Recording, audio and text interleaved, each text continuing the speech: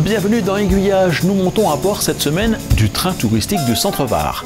C'est à bord d'une composition assez particulière que nous allons prendre place en gare de Carnoules-Platane pour rejoindre Brignoles en un peu moins de 2 heures.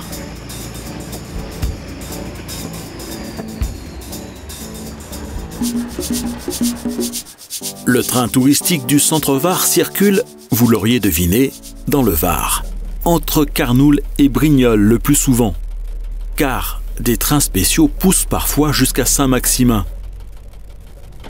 C'est à une composition un peu particulière que nous allons avoir affaire aujourd'hui. En effet, la caravelle qui devait assurer le service a dû être arrêtée quelques jours, le temps d'une réparation mécanique.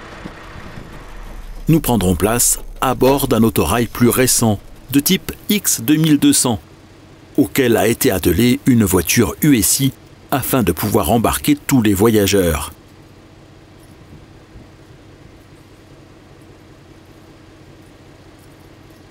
Nous sommes partis jusqu'à Sainte-Anastasie et Carnoules. Une composition atypique qui contraindra les membres de l'association à la réalisation de nombreuses manœuvres au cours de la journée.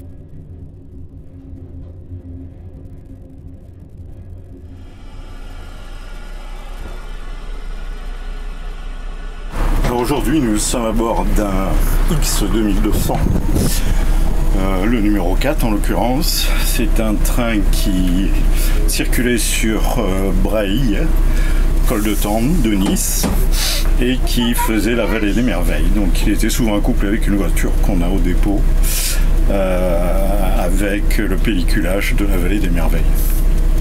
Du fait que notre caravelle a des petits soucis mécaniques, nous avons avec ce 2204 une limite de 45 personnes.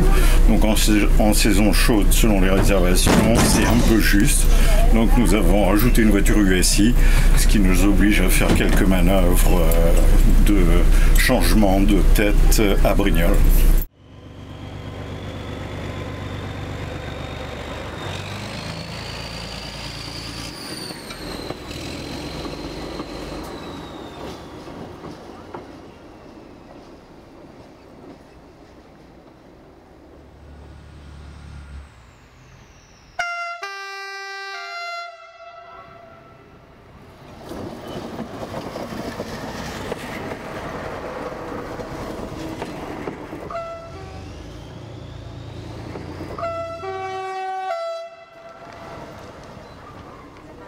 Autre contrainte qui se fera vite sentir dans les quelques rampes que compte la ligne, le poids supplémentaire lié à cette composition. Il y a quand même une 50aine de tonnes supplémentaires, donc là où on démarrait sur 1 ou 2 crans, maintenant il faut 3-4 crans et puis sabler et y aller de façon modérée pour pas patiner.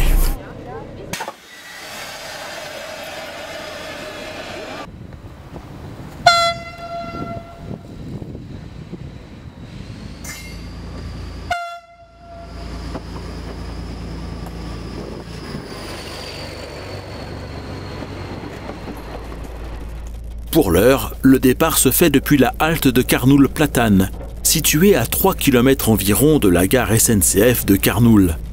L'un des projets de l'association serait de pouvoir faire correspondance avec les TER réguliers depuis cette gare, ce qui lui permettrait d'embarquer probablement encore plus de voyageurs en direction de Brignoles et de Saint-Maximin. Un projet d'autant plus réalisable que l'aiguille qui permet de rejoindre l'artère Marseille-Vintimille est opérationnelle et même franchie à de nombreuses reprises par des trains spéciaux affrétés par l'association. De plus, il existe une voie en tiroir qui permettrait au train touristique d'établir son terminus en gare de Carnoules sans interférer avec la circulation sur la ligne principale.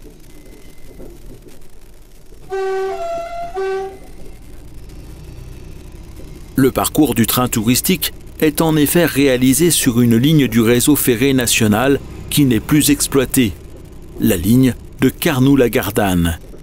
Elle est dite neutralisée défense, c'est-à-dire entretenue mais non utilisée, sauf par quelques trains militaires desservant le camp de Canjuers.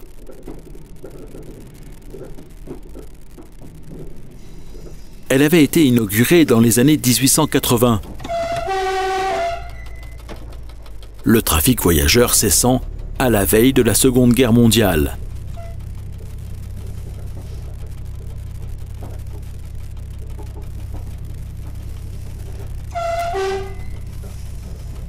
Seul le trafic marchandises consistant à transporter le vin rosé produit localement et de la bauxite entre les mines du Centre-Var et un site de traitement industriel de Gardanne a perduré jusqu'à la fermeture des mines en 1980.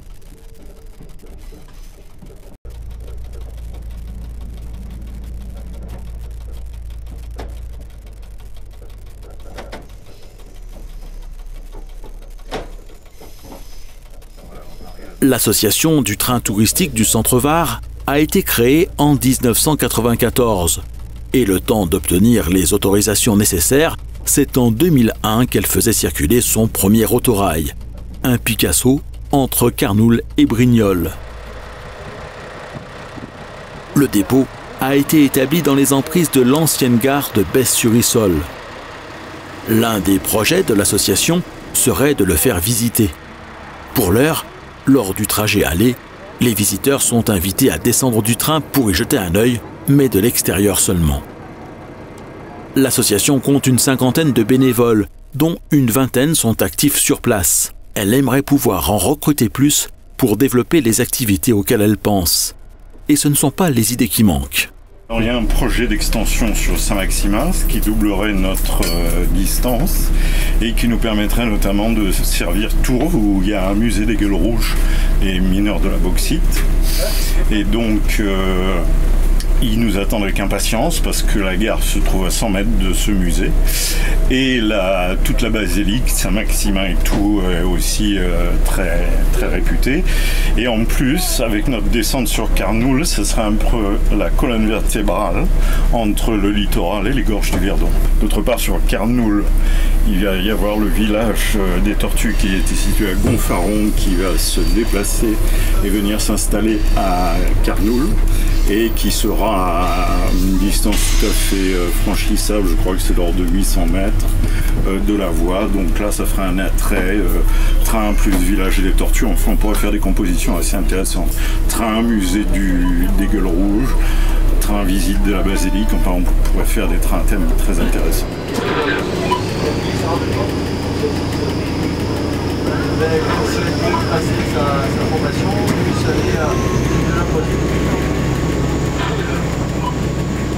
Des extensions qui supposent des bras, mais aussi du matériel roulant supplémentaire. On va avoir du renfort en termes de matériel déjà. On compte sur bien de soin 4900.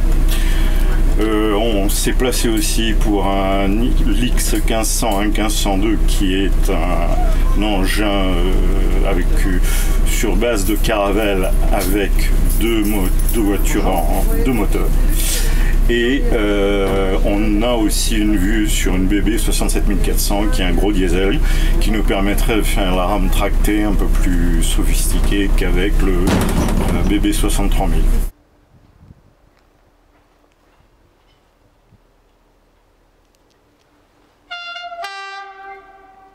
Les trains réguliers circulent d'avril à octobre, mais d'autres trains à thème notamment sont mis en place tout au long de l'année, ainsi que des voyages exceptionnels sur le réseau ferré national.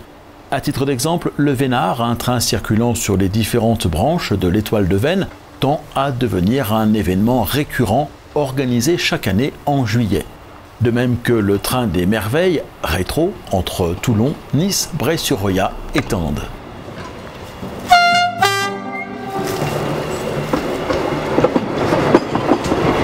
La semaine prochaine, il sera question, une fois n'est pas coutume, de grande vitesse.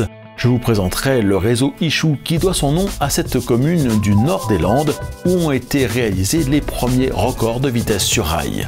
Aiguillage, ce sont chaque semaine 2 nouveaux reportages, les rendez-vous du lundi dans lesquels nous nous intéressons à toutes les formes de pratique des loisirs ferroviaires. Et un reportage découverte le vendredi consacré au modélisme ferroviaire et au patrimoine ou à un chemin de fer touristique la dernière semaine de chaque mois. Pour être sûr de ne rater aucun de ces prochains reportages, abonnez-vous à la chaîne YouTube d'Aiguillage et pour recevoir les nouveaux reportages directement dans votre boîte mail, inscrivez-vous à la newsletter d'Aiguillage en passant par le site www.aiguillage.eu. Enfin, si vous souhaitez qu'une 10e saison d'Aiguillage puisse exister dans les prochains mois, devenez un aiguillonnaute VIP. Je vous explique tout ça dans une vidéo spéciale que vous trouverez sur la page Devenir VIP du site d'Aiguillage.